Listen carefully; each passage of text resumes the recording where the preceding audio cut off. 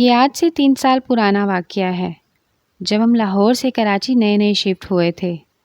ایک رات 11 بجے کے قریب میں ٹی وی لاؤنج میں گرم چائے کا کپ ہاتھ میں پکڑے گھر کے داخلی راستے کی طرف نظریں جمائے بیٹھی تھی کہ اچانک اوپر والی منزل کی طرف سے ایک زوردار آہٹ ہوئی۔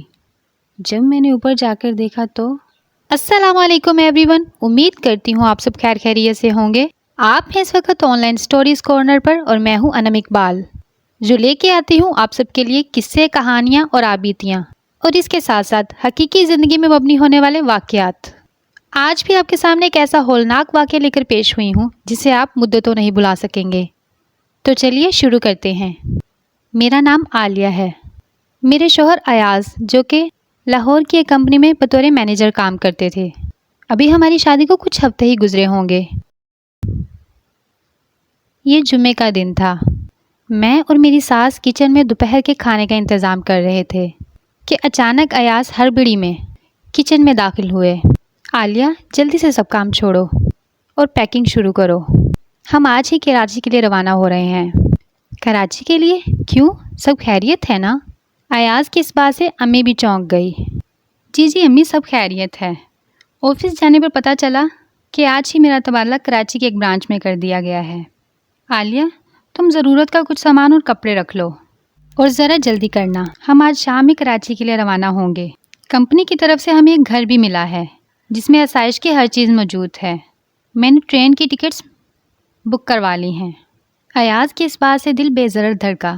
میں شروع سے ایک جوائنٹ فیملی میں پلی بڑھی تھی اور اتفاق ایسا کہ سسرال میں بھی سب اکٹھے رہتے تھے۔ آج یوں اچانک کراچی منتقل ہونے کی خبر سن کر جی گھبرانے لگا تھا، لیکن مجبوری تھی، جانا بھی ضروری تھا۔ خیر، گھر والوں کی نیک تمناؤں کے ساتھ ہم شام کو کراچی کے لیے روانہ ہو گئے۔ میں پہلی بار کراچی دیکھنے والی تھی، لیکن دل ایک عجیب سی بے چینی میں مبتلا تھا۔ کراچی تک کا یہ سفر مجھ پر بہت بھاری گزر رہا تھا، نہ جانے کب آنکھ لگ گئی۔ صبح آنکھ کھلی تو ہم کراچی اسٹیشن پر تھے۔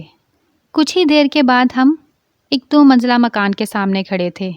اچانک جسم میں سنسنی سی ڈور گئی، کیونکہ وہ مکان کافی دیر بند رہنے کی وجہ سے ایک ہولناک منظر پیش کر رہا تھا۔ ایاز، ہم کہیں اور رہنے کی جگہ لے لیتے ہیں، یہاں مجھے کچھ ٹھیک نہیں لگ رہا۔ ارے تم گھبراؤ نہیں، میں ہوں نا تمہارے ساتھ۔ کافی دیر بند رہنے کی وجہ سے یہ مکان اس حالت میں ہے۔ ایاز نے یہ کہہ کر بات آئی گئی کر دی۔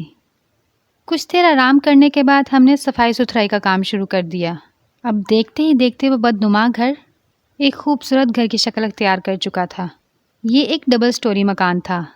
نیچے والے پورشن میں ایک ڈرائنگ روم، کچن اور ایک گیراج تھا، جبکہ اوپر والی منزل میں 2 کمرے اور ایک چھوٹا سا ہال تھا۔ ایک رات میں گھر میں اکیلی تھی۔ اچانک فون کی گھنٹی بجی۔ فون اٹھایا تو دوسری طرف ایاز تھے۔ عالیہ، آج مجھے آفس میں تھوڑا سا زیادہ کام ہے، جس کی وجہ سے گھر آنے میں تھوڑی دیر ہو جائے گی۔ تم پریشان مت ہونا اور گھر کے دروازے اچھی طرح بند کر لینا۔ میں ایک لمحے کے لیے ساکت ہو گئی۔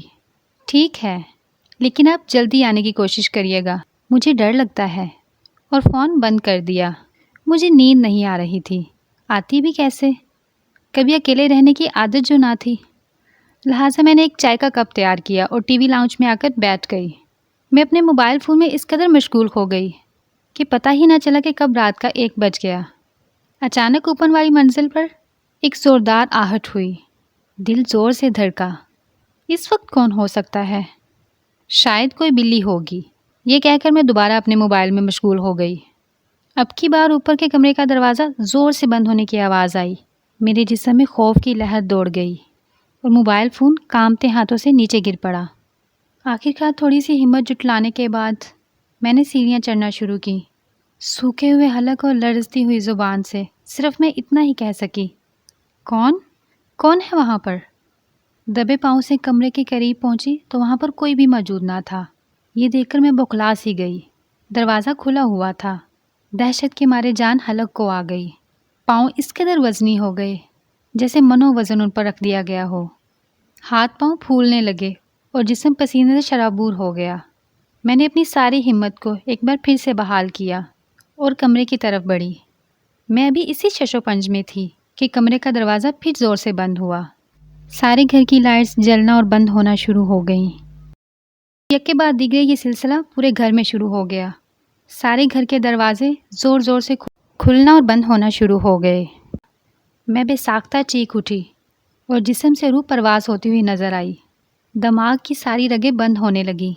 میں گرتی پڑتی باہر کی طرف بھاگی اور گھر کے سامنے موجود گارڈن میں جا پہنچی۔ میری زبان پر آیت الکرسی کا ورد زوروں سے جاری تھا۔ کچھ ہی لمحوں کے بعد ساری ہلچل بند ہو گئی اور ہر چیز اپنی اصلی حالت میں واپس آ گئی۔ میں ابھی اپنے حواس میں واپس بھی نہیں آئی تھی کہ مجھے سامنے درخت کے نیچے ایک عورت بیٹھی نظر آئی جو کہ کالے کپڑوں میں ملبوس تھی۔ اس کا چہرہ ایک بڑی چادر سے ڈھکا ہوا تھا۔ وہ عورت زاروں قطار رو رہی تھی۔ دہشت کے مارے میرا برا حال ہو گیا۔ ہاتھ پاؤں پھر سے پھولنے لگے۔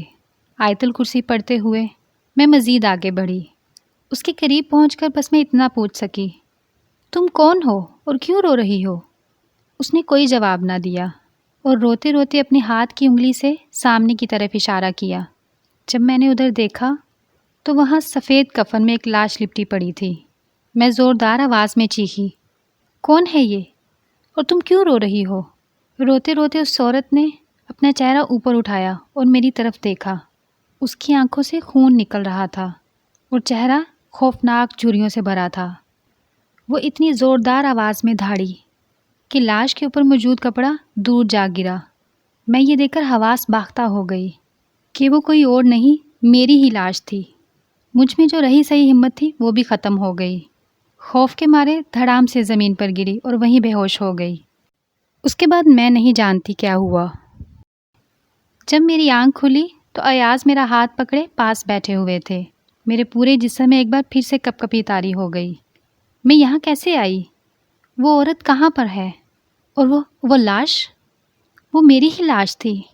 عالیہ، تم بالکل ٹھیک ہو، تمہیں کچھ نہیں ہوا، دیکھو میں ہوں نا تمہارے پاس، ایاز نے مجھے سنبھالتے ہوئے کہا۔ میرے پوچھنے پر ایاز نے بتایا، میں رات کو جب گھر واپس آیا تو گھر کے سارے دروازے کھلے تھے اور تم کہیں بھی موجود نہ تھی۔ میں بوکھلا گیا اور ڈھونڈتے ڈھونڈتے جب میں باغ کی طرف آیا تو تمہیں وہاں بے ہوش پایا۔ آخر ہوا کیا تھا؟ تم وہاں کیسے پہنچی؟ میں نے رات کا سارا واقعہ ان کے گوش گزار کیا، جس کے بعد فوراً ہم نے وہ گھر چھوڑنے کا فیصلہ کر لیا اور اگلی ہی ٹرین سے لاہور واپس آ گئے۔ آج بھی جب وہ سنسنی خیز رات یاد آتی ہے تو دل خوف سے پھٹنے لگتا ہے۔ جی تو پیارے بہن بھائیوں، کیسا لگا آپ کو یہ واقعہ؟ مجھے کمنٹ باکس میں لازمی بتائیے گا، اور ہاں، جاتے جاتے میرے چینل کو سبسکرائب کر دیجئے، ویڈیو کو لائک کریے، شیئر کریے۔ اس کے ساتھ ہی انم اقبال کو دیجیے اجازت۔ اللہ حافظ۔